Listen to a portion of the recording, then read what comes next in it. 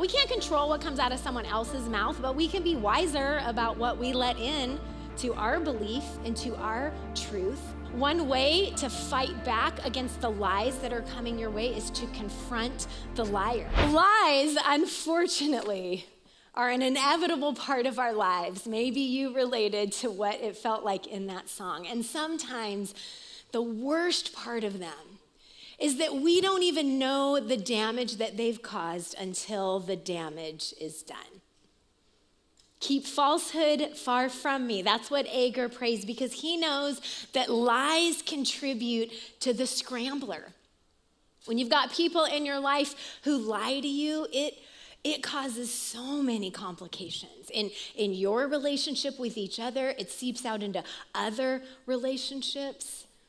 And when you're lied to, it makes you question yourself. It turns you into a victim, whether you want it to be or not, because what lies do is they sabotage our security, right? The thing that we were grounded in, the truth that we thought we were grounded in, we find out is not what it seemed to be. And what happens then is we realize that there are people in our lives that we can't trust.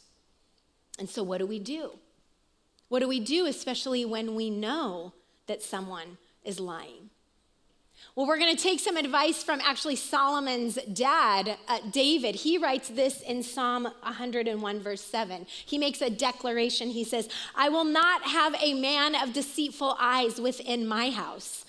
A man who practices deceit shall not stand before me." This whole psalm is a declaration of David about who he will allow into his inner circle. Maybe in your life you have put up with somebody who is a liar and that they are contributing to the scrambler that you're feeling. And then maybe it's time to put some separation between you and that person. Now, even as I say that, I know it's not as easily done as it is to say, right? Because maybe this is someone in your family. Maybe this is somebody that you live with, and you can't just remove yourself from them. But what would it be to have a conversation with them? One way to fight back against the lies that are coming your way is to confront the liar and to make sure that they know that you will not be easily fooled. And I know we can't control what comes out of someone else's mouth, but we can be wiser about what we let in to our belief and to our truth. We need to be praying that God would give us his discernment to be able to see when somebody is not being fully honest with us, to be able to know when somebody is lying. And just one more thought on this. It's not just people that we know who can lie to us. Since we're in an election season, I think it's worth a quick aside here. No matter who you are voting for, chances are you feel or believe that the other side is lying. But you've got to know there are a lot of nonpartisan places you can go to fact check, to find out what is coming at me, and can I have the diligence and the resources to make sure that I'm not being fooled. We're going to put up actually some nonpartisan websites that might be helpful to you in these next few weeks as we lead up to the election. PolitiFact.com, factcheck.org. The Washington Post has a fact checker on their website, and then Snopes.com. Snopes.com surprised me because I remember Snopes.com is like when you heard an urban legend and a prince was asking you for money to get out of Nigeria or whatever, you would go on Snopes.com to check. But actually now they have expanded and they have a whole section of their website that is dedicated to political fact finding. So I just would encourage you to go to these sites, because the bottom line is we've got to learn how to not be fooled by lies. Be like Agur. Seek out wisdom on this. When it comes to lies, though, there is also another kind of dishonesty that comes at us, and it's not so much a blatant lie. It's not one that comes from a person, but it is a bigger lie that our society tells us. And it goes something like this.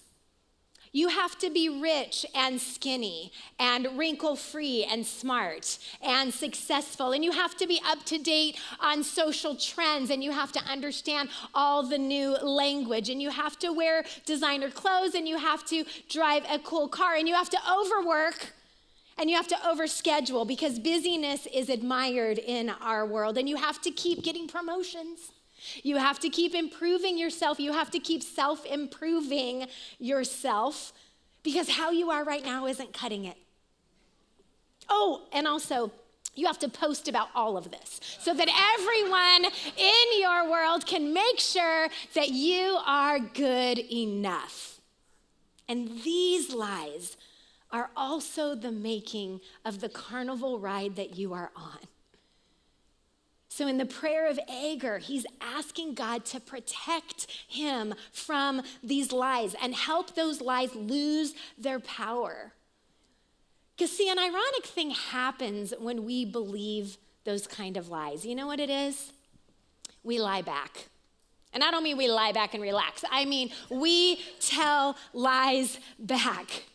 The more that we believe that what is coming at us is true and should be true of us, the more we feel like we have to present that person to the world. And that means we have to lie about every part of us that does not measure up.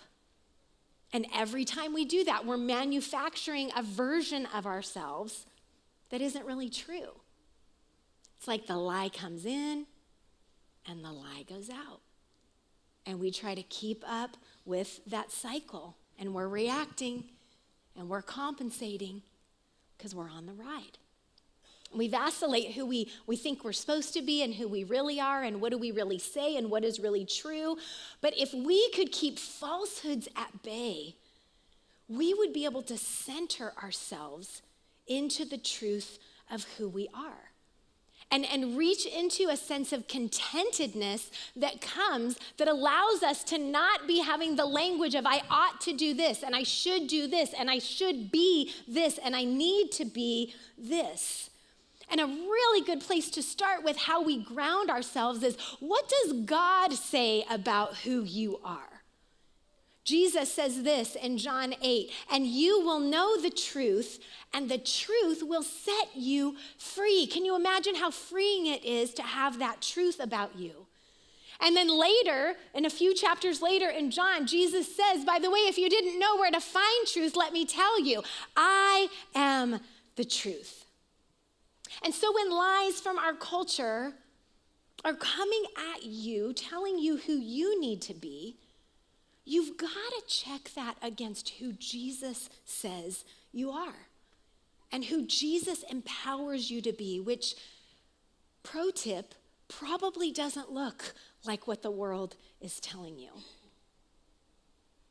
So there is a lot of meaning packed into this one little phrase from a little known person in the Bible that says, keep falsehood and lies far from me.